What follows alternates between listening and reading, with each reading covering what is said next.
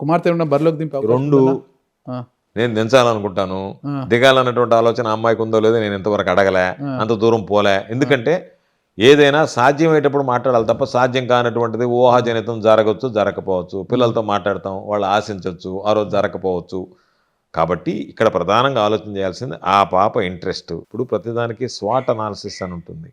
ఏ నిర్ణయం తీసుకోవాలన్నా strength, weakness, opportunity, threat. ఆ, స్ట్రెంగ్త్, ఎస్, ఆ పాప నిలవగలదా, పోటీ చేయగలదా, ఉమ్, ఆ పాప పోటీ చేయాలనేటువంటి ఉత్సాహం ఆ పాపలో ఉందా, అది ఫస్ట్ ఆలోచన చేయాలి. Next weakness.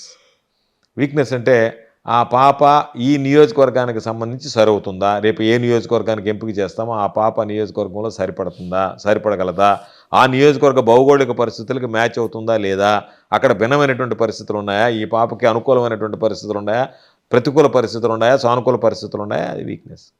Opportunity. Jaganmohan Reddy గారికి ఈరోజు ఒక 175 సీట్లు ఉంటే ఓ 2000 మంది ఆస్పిరెంట్స్ ఉన్నారు. రేపు 225 సీట్లు అయితే 4000 మంది ఆస్పిరెంట్లు ఉంటారు. ఈ ఆస్పిరెంట్లో అందరినీ ఆయనకున్నటువంటి పరిధిలో ఆయన ఏ విధంగా అకామిడేట్ చేస్తే ఆ పాపకు అవకాశం ఇచ్చేదానికి